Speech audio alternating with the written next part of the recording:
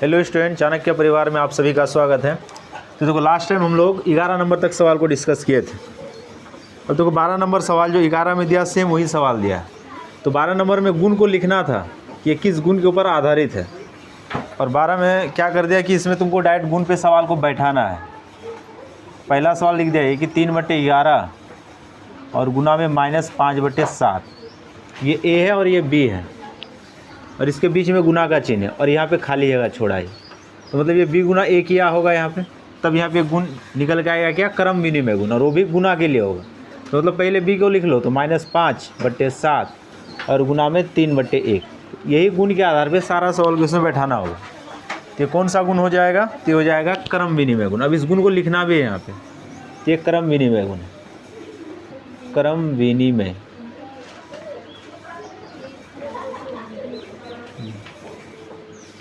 तो एक चीज़ यहाँ पे एक चीज़ और लिख देना, गुना का क्रम विनिमय गुण है। यहाँ पे एक चीज़ लिख दोगे कि गुना का क्रम विनिमय, गुना का क्रम विनिमय गुण है, ठीक है। इसी प्रकार से सारा बनेगा। अब जिसमें ब्रैकेट हो तो समझा ही दिए थे कि जब ब्रैकेट आ जाएगा तो साचार्य गुण आ जाएगा, है ना। तो ये भी बन जाएगा, तो इस सब में है कुछ नहीं। तो 12 नंबर में सारा सवाल बन जाएगा, ऐसे बनाना पड़ेगा। अब आ जाओ यहाँ पे 13 नंबर में। आप देखो यहाँ पे ना 12 नंबर में बहुत सारा सवाल दे दिया है। तो 12 का जैसे एक सवाल हम लोग देखते हैं इसमें, ये 8 नंबर सवाल, ये 7 और 8। तो 7 देख लो, 7 अगर समझ में आ जाएगा तो 8 बनेगा, 8 आसान है। तो इसमें क्या दे दिया कि -3/2 और गुना और ब्रैकेट के अंदर 5/3 जोड़ -7/9। अब देखो अगर सब जगह गुना रहता तो हम लोग इसको साचार्य गुण में लिख देते, लेकिन ऐसा है नहीं कि सब जगह गुना होता तो इसको बाहर करते, इसको अंदर कर देते, यही होता। लेकिन इसमें ऐसा है नहीं। इसमें देखो बाहर में गुना जबकि अंदर में जोड़ है, तब फिर ये साचार्य गुण में नहीं बैठेगा। सिर्फ ब्रैकेट देख के साचार्य गुण नहीं बोलना, ठीक है ना। लेकिन लगभग सवाल में होता है ऐसा। लेकिन जब जोड़ आ जाए तो ये बाहर वाला सभी के साथ जाके गुना होके जोड़ होगा। तो कहने का मतलब ये जो -3/2 है, ये गुना 5/3 से भी होगा, और फिर यहाँ पे जोड़ दे के फिर ये गुना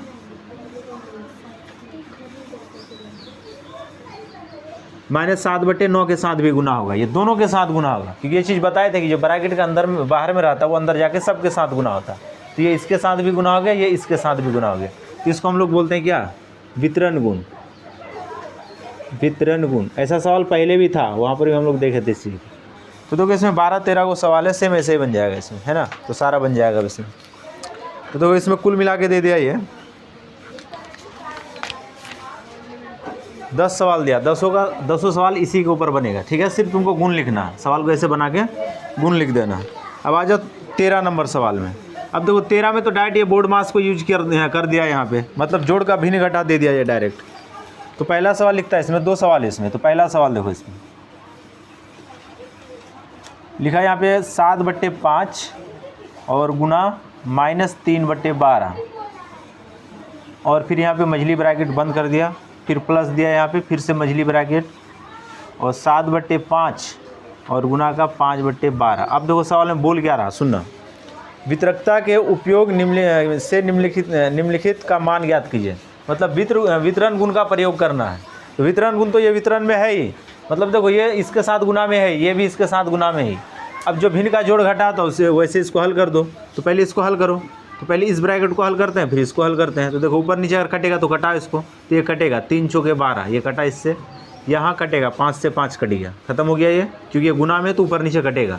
तो 7 गुना -1 तो -7, और नीचे में 5 चौके 20, सारा ब्रैकेट खत्म हो गया। अब इसमें आ जाओ, ये जोड़े थे यहाँ पे जोड़ दे दिए। 7 गुना यहाँ पे कुछ नहीं तो 1 था, तो 7 गुना 1 तो 7 बटे नीचे में 12 बचे। अब ये आ गया भिन्न का जोड़ घटा, तो भिन्न का जोड़, तो नीचे में 12 और 20 और 12 का लघुत्तम, तो कितना हो जाएगा, 20 और 12 का लघुत्तम यहाँ पे निकालो तो कितना आ जाएगा, 60 आ जाएगा। दोनों का लघुत्तम कितना आएगा, 60 आएगा। तो 20 5 100 हो जाए, 20 3 60, 3 आ गया, तो 7 3 21। मतलब भिन्न का जो जोड़ करते हैं वही चीज़ यहाँ पे, 20 3 60, 3 आया, 3 ऊपर से गुना, या जोड़े तो जोड़ दो, 12 5 60, 5 5 ऊपर से गुना, 5 7 35। अब देखो यहाँ पे 35 जोड़ में, जबकि 21 माइनस में है, तो 35 में से 21 को घटाना है। तो 5 में से 1 गया 4, 3 में से 2 गया 1, तो कुल मिला के बच गया हम लोग के पास 14 बच गया यहाँ पे। तो यहाँ पे बच गया 14/60। ठीक है। आप देखो इसमें जो कटेगा उसको कटाना होगा, तो ये दोनों 2 से कटेगा, तो 2 से काटोगे तो ये कट जाएगा 7 बार में, ये कट जाएगा 30 बार में, तो कुल मिला कितना आ गया 7/30। अब देखो ये प्लस में रहेगा क्योंकि छोटा में माइनस है और बड़ा में प्लस है, इसलिए आंसर प्लस में रहेगा, तो ये हो गया इसका आंसर। तो कुल मिला के ये जो 13 नंबर सवाल दिया ना, ये भिन्न का जोड़ घटा ही दिया था, इसमें कुछ था ही नहीं। सवाल को यहाँ तक उतारो तब देखते हैं आगे हम लोग। देखो 14 नंबर में अब रिक्त स्थान को भरना, तो जितना भी इसका कॉन्सेप्ट लिखाए थे ना पहला वाला वीडियो में, वही से सारा सवाल है ये। तो देखो पहला क्या बोला कि किसी परिमेय संख्या और उसके गुणात्मक प्रतिलोम का गुणनफल, कोई भी एक संख्या मान लो कि 3 है और इसका गुणात्मक प्रतिलोम मतलब इसका उल्टा, इसके नीचे कुछ नहीं तो 1 है, इसका उल्टा क्या हो जाएगा 1/3, इसको गुना करोगे तो हमेशा 1 होगा, तो मतलब खाली स्थान पे तब क्या आ जाएगा इसका 1 नंबर का जो खाली स्थान होगा उसमें 1 आ जाएगा आंसर, है ना। कि कोई भी संख्या और उसका गुणात्मक प्रतिलोम को जब भी गुना करोगे तो हमेशा 1 आएगा। अब देखो दूसरा, देखो किसी धनात्मक परिमेय संख्या का गुणनफल विलोम डैश परिमेय संख्या होता तो धनात्मक होगा, सीधा सा बात है। देखो कि 3/4 इसका उल्टा 4/3 गुना करोगे तो ये कट जाएगा, तो धनात्मक था तो आंसर भी किस में आया धनात्मक, मतलब प्लस में ही आंसर आया, तो मतलब आंसर इसका क्या आ जाएगा 2 नंबर का धनात्मक ही होगा, तो उसमें लिखना होगा धनात्मक, ये इसका आंसर होगा। अब आ जाओ 3 नंबर में, देखो इसका 3 नंबर बोल रहा है कि किसी ऋणात्मक परिमेय संख्या का गुणात्मक प्रतिलोम डैश परिमेय संख्या होगा तो भी धनात्मक होगा। देखो कैसे, मान लो -3/4 है, इसका उल्टा कितना हो जाएगा -4/3, दोनों को गुना करोगे, देखो 4 से 4 कटा, 3 से 3 कटा, माइनस माइनस गुना में क्या हो जाता है प्लस हो जाता है, तो मतलब प्लस वाला संख्या का गुणात्मक प्रतिलोम को गुना करो या फिर माइनस वाला, आंसर हमेशा प्लस में ही आएगा, तो 3 का भी आंसर यही होगा धनात्मक। अब आ जाओ 4 नंबर में। 4 में बोल रहा है कि परिमेय संख्या 0 का गुणात्मक प्रतिलोम डैश होता है, तो गुणात्मक प्रतिलोम 0 का नहीं होता है, यहाँ पे नहीं लिखेंगे, नहीं होता है। क्यों नहीं होता, देखो 0 का उल्टा 1/0 करोगे तो ये अपरिभाषित हो गया, जब इसको गुना करोगे तो ये अपरिभाषित, मतलब इसको परिभाषित हम लोग नहीं कर सकते, तो मतलब ये नहीं होता, मतलब 0 का गुणात्मक प्रतिलोम नहीं होता है, ये पहले भी पढ़ा है, ठीक है। तो इसका होगा कि नहीं होता। तो अब आगे आ जाओ 5 नंबर में। 5 में बोला कि 1 और -1 का गुणात्मक प्रतिलोम क्रमशः डैश और डैश होता है, तो 1 का गुणात्मक प्रतिलोम 1 ही होगा और -1 का भी गुणात्मक प्रतिलोम क्या होगा 1 ही होगा, माइनस नहीं, दोनों में प्लस ही आएगा आंसर, ठीक है ना। इसका क्या हो जाएगा, अच्छा गुणात्मक प्रतिलोम पूछा ना, तो इसका तब तो -1 हो जाएगा, ठीक है ना। ये सिर्फ गुणात्मक प्रतिलोम पूछा, तो 1 का उल्टा 1/1 बराबर 1, -1 का उल्टा -1/1 तो बराबर -1, तो मतलब पहले घर में क्या आ जाएगा 1 तथा दूसरे घर में क्या आ जाएगा -1, ये हो जाएगा इसका आंसर। तो अब देखो 6 नंबर में सवाल,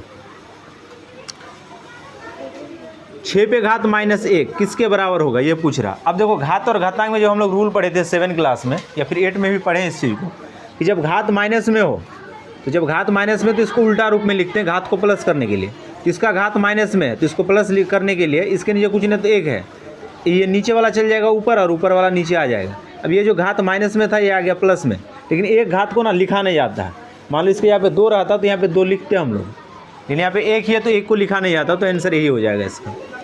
अब आ जाओ 7 नंबर में।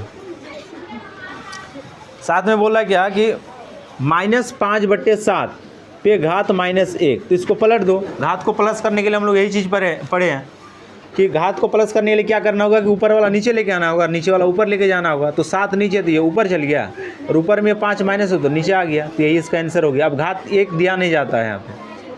अब इसका अंतिम सवाल होगा 8 नंबर में, देखो क्या बोल रहा है, 3/13 पे घात फिर दे दिया ये -1, तो फिर से वही बात है कि घात माइनस में तो इसको पलट दो, नीचे वाला ऊपर और ऊपर वाला नीचे, और घात 1 दिया नहीं जाता। कुल मिला के देखो 14 नंबर में रिक्त स्थान था, तो सारा रिक्त स्थान में यही सब आ जाएगा।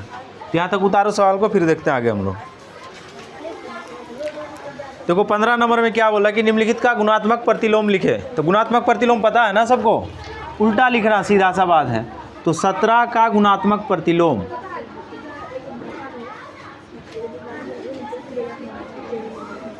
तो जैसे सवाल में लिखते हैं ना वैसे बनाया करोगे तुम लोग, ऐसे नहीं कि जैसे मन तैसे उतार दे सवाल। तो देखो 17 का गुणात्मक प्रतिलोम, इसके नीचे कुछ नहीं तो 1 है, तो गुणात्मक प्रतिलोम क्या बताया था कि उल्टा लिखना, जो नीचे वो ऊपर, जो ऊपर वो नीचे। हो गया 1/17। और यहीं पर अगर योज प्रतिलोम बोलता तो प्लस माइनस हो जाता, माइनस प्लस हो जाता। इसको ध्यान रखना, बच्चा कन्फ्यूज हो जाता है, जब एग्जाम में सवाल आता तो भूल जाता हो क्या करना है इसको, ठीक है ना। तो गुणात्मक प्रतिलोम मतलब उल्टा, नीचे वाला ऊपर, ऊपर वाला नीचे।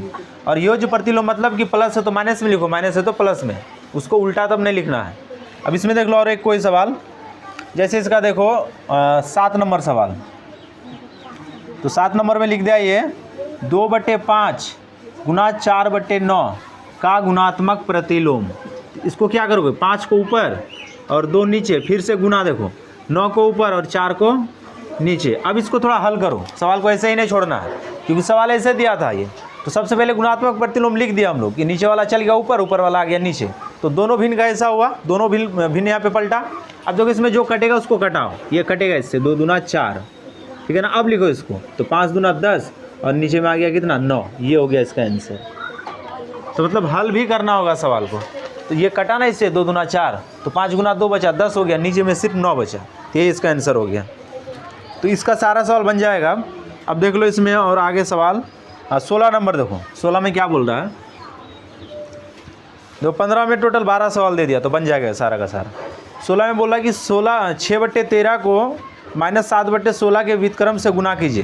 तो 6/13 को किससे गुना करना, -7/16 के व्युत्क्रम से गुना करना। तो सबसे पहले इसका व्युत्क्रम निकालो, तो -7/16 का व्युत्क्रम। देखो व्युत्क्रम बोले या फिर गुणात्मक प्रतिलोम बोले, दोनों बात बराबर था, ये सब चीज़ पहले ही बता चुके हैं, ठीक है ना। तो ये व्युत्क्रम बोल दे या फिर ये वाला वर्ड लिख दे वहाँ पे, दोनों चीज़ एक ही जैसा है। तो -7/16 का व्युत्क्रम तो कितना हो जाएगा, 16/-7।